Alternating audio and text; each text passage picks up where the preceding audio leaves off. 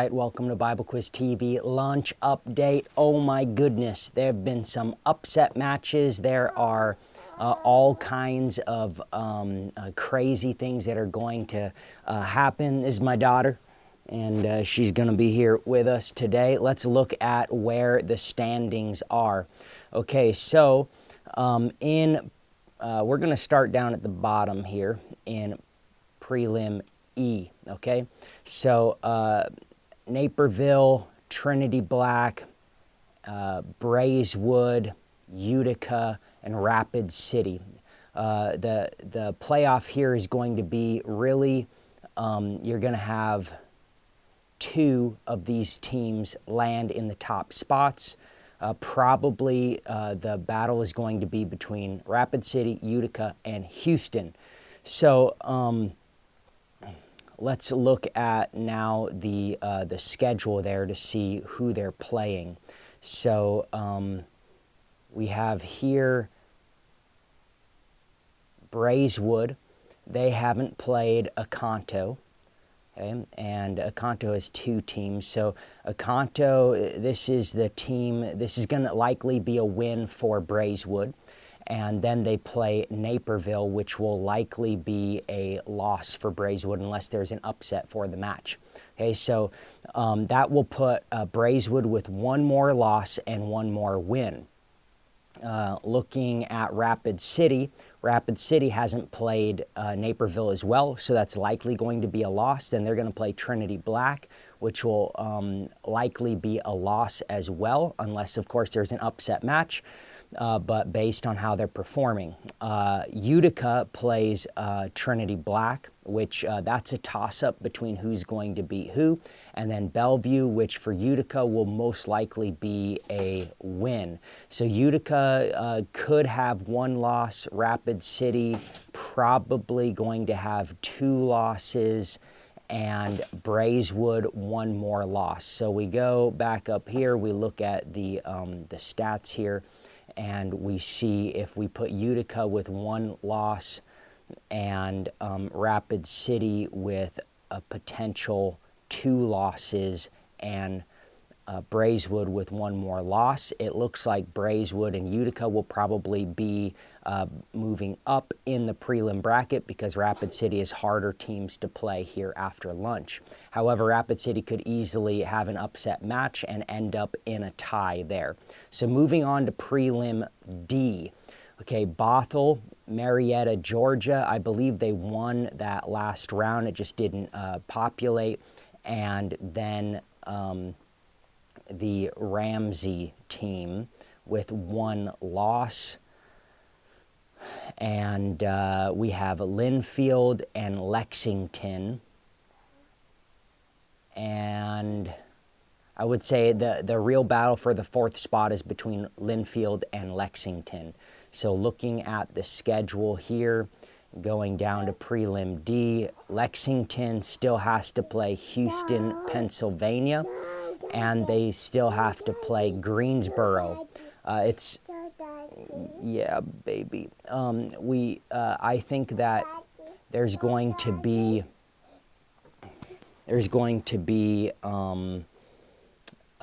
Lexington will probably land the two wins, or they could land those two wins after lunch. Linfield plays Marietta, Georgia, and Trinity Alpha.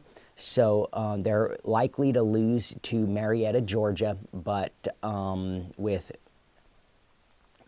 Trinity Alpha, they could land the win. I think they're probably more likely to land the win against Trinity Alpha. So that puts us in Prelim D.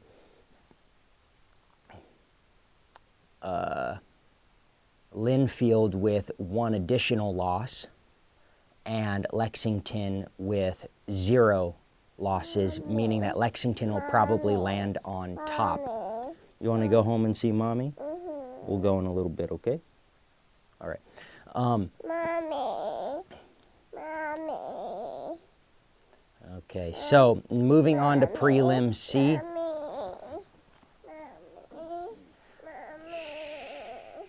Okay, Prelim C. We have Trinity 1 and Sparta and Wayne, New Jersey. Braeswood is down on the list at 4th, and Marietta, Georgia, also down on the list. They were riding the top of the list, and now they are down in a tie for 4th. So we have Wayne, Waynesville, Houston, and Marietta that it's looking like there will be a playoff there. Let's look at who they've played. So Wayne has 1 loss, and Houston has 2, and Marietta has 2. So we go to the schedule here. We go to Prelim C, and we have Germantown, which was the 6th team there. They are playing Naperville, the 2nd Naperville team, so they're likely to win. Sparta, they're likely to lose, giving them 1 more loss, and probably they're out of the running for the top bracket. Marietta still needs to play Precious Ladies, Braeswood, and Trinity 1. So those are going to be 2 tough matches, and it's likely that they could lose both of those. I think those are going to be a toss-up, though. Marietta has every chance of winning those rounds as well. So this is really coming down to the wire in this bracket. Wayne, New Jersey, still has to play Sparta and Houston. So those matches are up in the air. I think Wayne is probably going to lose to Sparta, and then to Braeswood, it's going to be a toss-up. The tension's going to be high, so it could be anyone's game. And Braeswood playing Marietta, Georgia, and Wayne. All 3 of those teams in the playoff have tough matches after. Prelim C is going to have a really intense, dramatic after-lunch period. Let's move on to Prelim Bracket B. All right, Bracket B, San Diego undefeated, Colorado Springs 4-1, Oconto, their number 1 team with a 4-1, really high averages. Spokane Valley 168. Then you see a big shift here in point values: 89, 102, 58, and 11. Let's look at how Spokane Valley is probably most at risk right now with Paynesville or Hyattsville. So Hyattsville. Let's look at who they play. Okay, so Spokane Valley is playing Colorado Springs and San Diego, a couple of the top teams, which means that it's potential that they could take 2 losses after lunch, which will drop them down significantly. Oconto is locked in.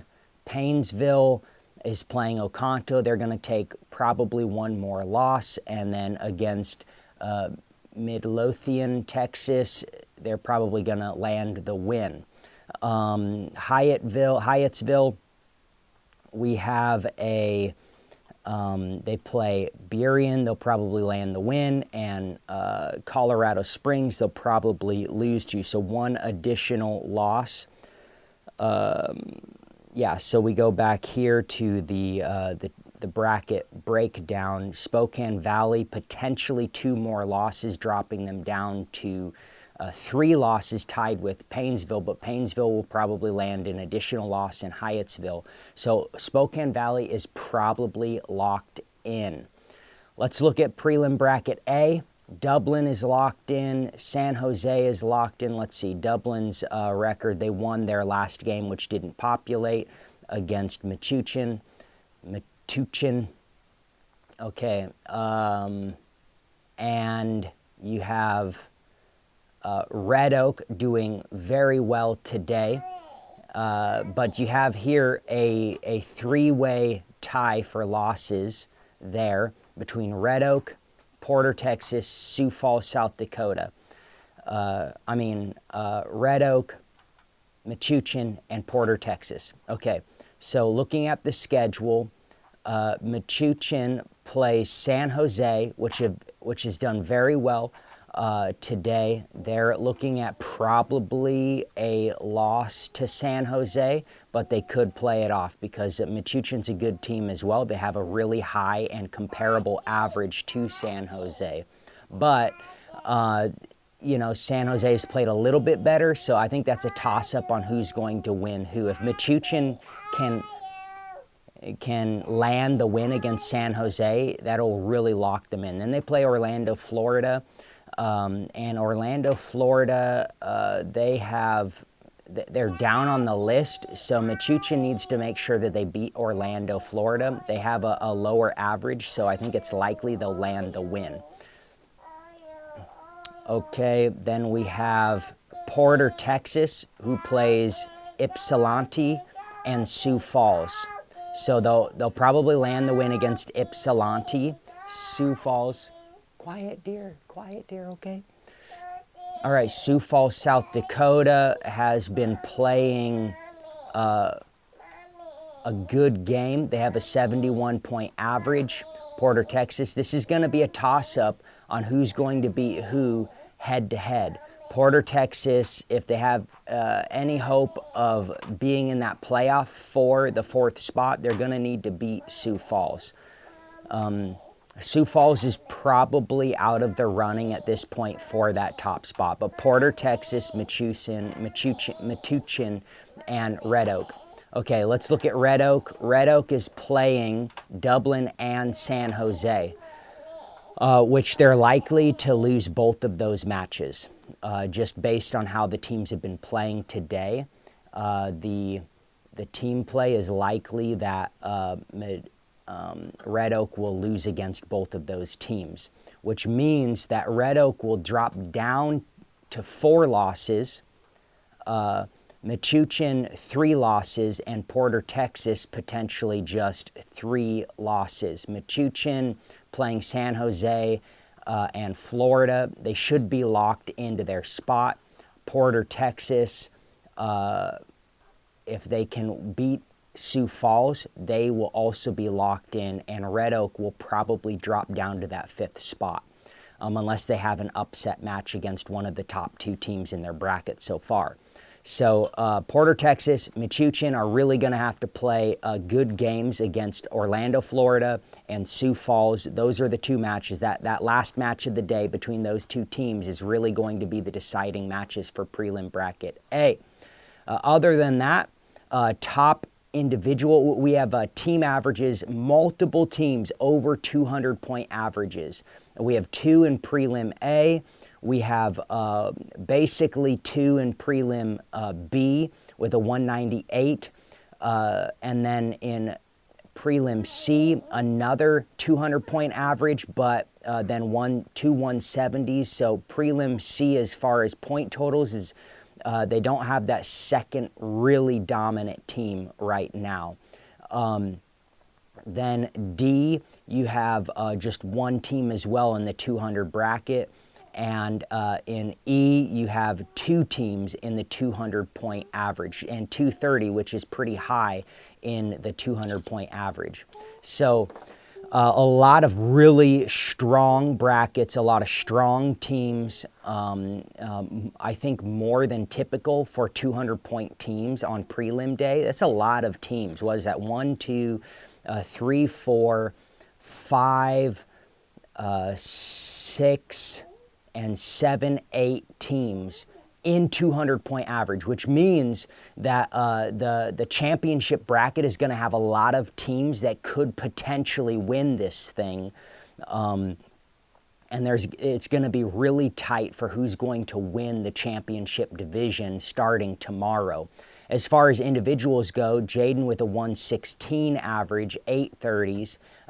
Hansel from San Jose with 1030s and a 114, so right on his coattails. In the B bracket, Madison Day with a 124, Elizabeth Lee 122. All of these are potential top quizzers in the nation. Camden with a 129 and 1130s, which is amazing. Sawyer with a 104. He's a little bit down on the list as far as averages go. here in Prelim D, Steve Joy with an impressive 138 average, 1030s, and a perfect quiz out game so far. He's quizzed out forward every single round, 96% accuracy, which is, I think, comparable to what we saw from